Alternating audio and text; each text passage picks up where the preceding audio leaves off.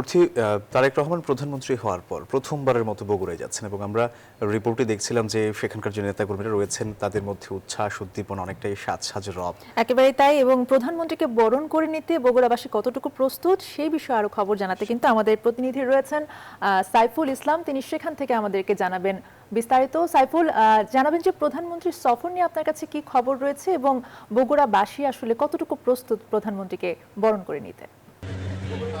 আপনাকে ধন্যবাদ। বাংলাদেশের প্রধানমন্ত্রী তারেক রহমান তার যে জন্মস্থান সেটি কিন্তু বগুড়ার গাবতলীতে পাটবাড়িতে।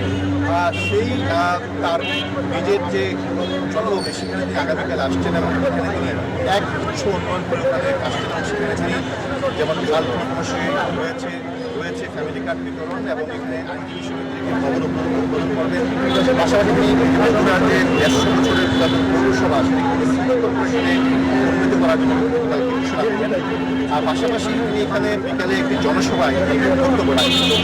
প্রধানমন্ত্রী তারেক রহমানের এই যে আগমন, সেই আগমনকে একটু ঘিরে ইতিমধ্যেই কিন্তু বগুড়াবাসী তারা আনন্দ প্রকাশ করছেন। তারা কিন্তু বলছেন যে নির্বাচনের আগে প্রধানমন্ত্রী তারেক রহমান যেসব প্রতিশ্রুতি দিয়েছেন সেটি তিনি বাস্তবায়নের জন্য উদ্যোগ দিচ্ছেন এবং কালকে কিন্তু বেশ কিছু উদ্যোগ তিনি বাস্তবায়ন করবেন। এই বিষয়ে আমরা একটু কথা বলতে চাই। এখানে যারা স্থানীয় নেতাকর্মী রয়েছেন তাদের সঙ্গে। প্রধানমন্ত্রী তারেক রহমান আগামীকাল আপনাদের এলাকায় আসছেন। আর তারেক রহমান এই এলাকারই সন্তান।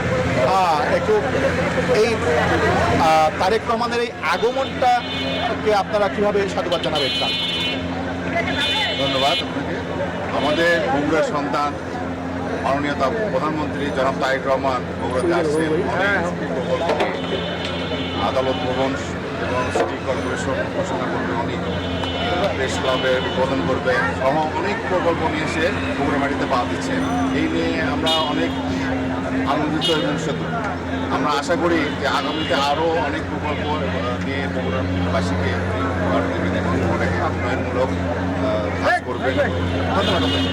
যেমনটি শুনছিলেন, আসলে বগুড়াবাসী বলছেন যে প্রধানমন্ত্রী তারেক রহমান তিনি এলাকার উন্নয়নে যেসব পদক্ষেপ নিয়েছেন সেজন্য তারা খুশি এবং আগামী দিন প্রধানমন্ত্রী তারেক রহমান তিনি এই বগুড়ার উন্নয়নে আরও পদক্ষেপ রাখবেন সেটি তারা কিন্তু প্রত্যাশা করছেন। পাশাপাশি বগুড়াবাসী বলছেন যে দীর্ঘ ১৭ বছর এই বগুড়া ছিল উন্নয়ন অবহেলিত।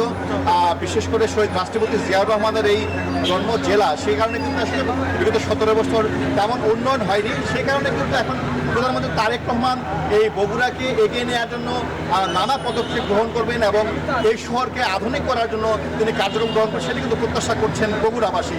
এই ছিল আমার কাছে বগুড়া আলতাফুল ইসলাম মাঠ থেকে সর্বশেষ। ধন্যবাদ আপনাকে। সাইফুল ইসলাম আমাদেরকে জানাচ্ছিলেন বগুড়া থেকে।